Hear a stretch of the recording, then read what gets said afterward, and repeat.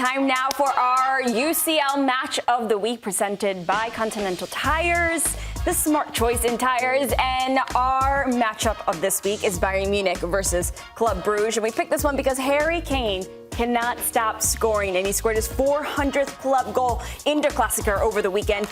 Listen to this. He's scored 104 goals in 107 appearances for Bayern. Is he the best player in the world right now, Lahoud? I have to ask the question. He's definitely in the conversation, and there's three players who are part of that conversation right now. And Kylian Mbappe, with what he's meant to Real Madrid, they're top of La Liga and have a big match coming up in El Clasico. Erling Haaland is definitely in that conversation with how he single-handedly put Manchester City on his shoulders. But what Harry Kane is doing is incredible. I haven't seen this version of Harry Kane before, where you could literally put him on any part of the pitch and goals will still show up. Harry Kane's the best striker in the world, and the most complete striker in the world for me. I know people have their debates. Erling Haaland is the best goal scorer in the world. But in terms of the number 9 position and what it means right now in the modern game, Harry Kane is the best right now. Do you feel like sometimes Harry Kane gets a little bit overlooked because he's in the Bundesliga as opposed to maybe back in the Prem? Yeah, sometimes that comes with the territory because Bayern Munich are that much better than the rest of the competition. But I invite people to get off the couch, get off of whatever app you use, and actually watch Bundesliga matches and actually watch Bayern Munich before you make that castaway judgment. Because Harry Kane is having a masterclass of a season. And when I watched him in Der Klassiker, it was exceptional to see the way he went from orchestrating attacks. The variety and aspects to his game was otherworldly. And there was a sense of, at times, watching him in the build-up as Vincent Kompany played him in this new position that we've seen more in midfield, where I felt like in the build-up, I felt like I was watching Xabi Alonso when he played at Bayern Munich. Some of the long passes he pinged, 60, 70-yard passes to really spark Bayern Munich's attack. And it's awesome that we're talking about a player who oftentimes gets overlooked in so many conversations for what he's done throughout his career. I mean, he's one of the best strikers in Premier League history. Did he just score his 400th career goal? Yeah, and now he's already in the conversation and one of the best strikers the Bundesliga has already seen. And he's only been there for a handful of matches, right? Yeah.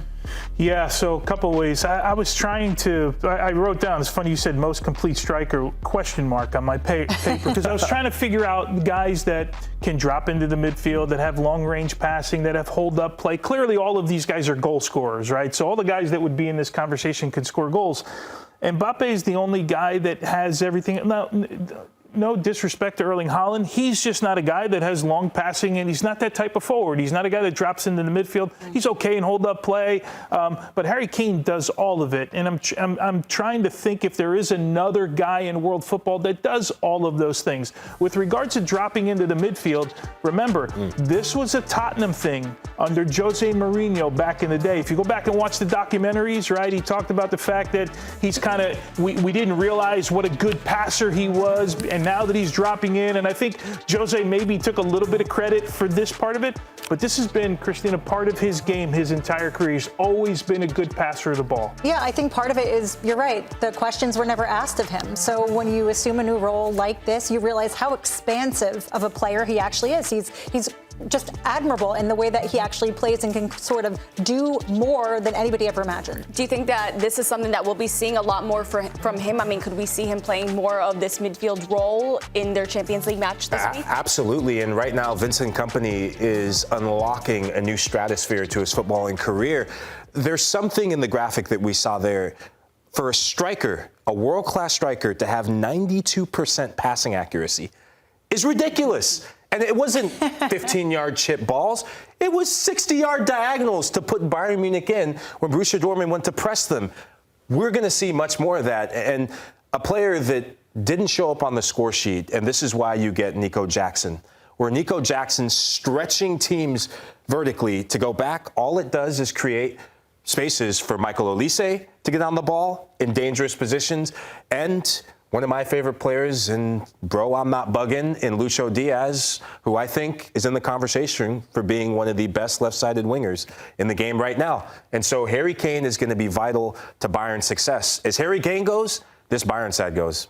Yeah. Ooh. In terms of if he can lead them to win the Champions League this title this year, do you think that's what would push him further up in the Ballon d'Or conversation, or do you think that there's more that needs to be done from him?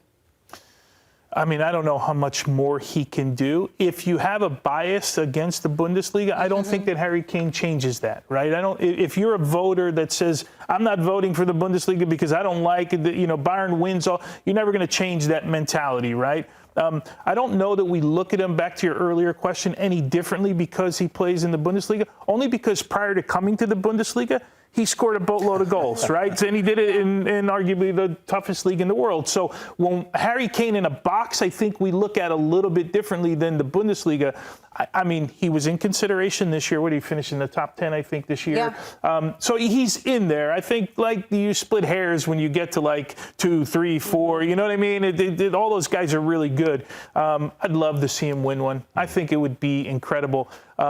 He got past the championship thing and all of that, and he's doesn't strike me as an individual awards guy that he cares about those things.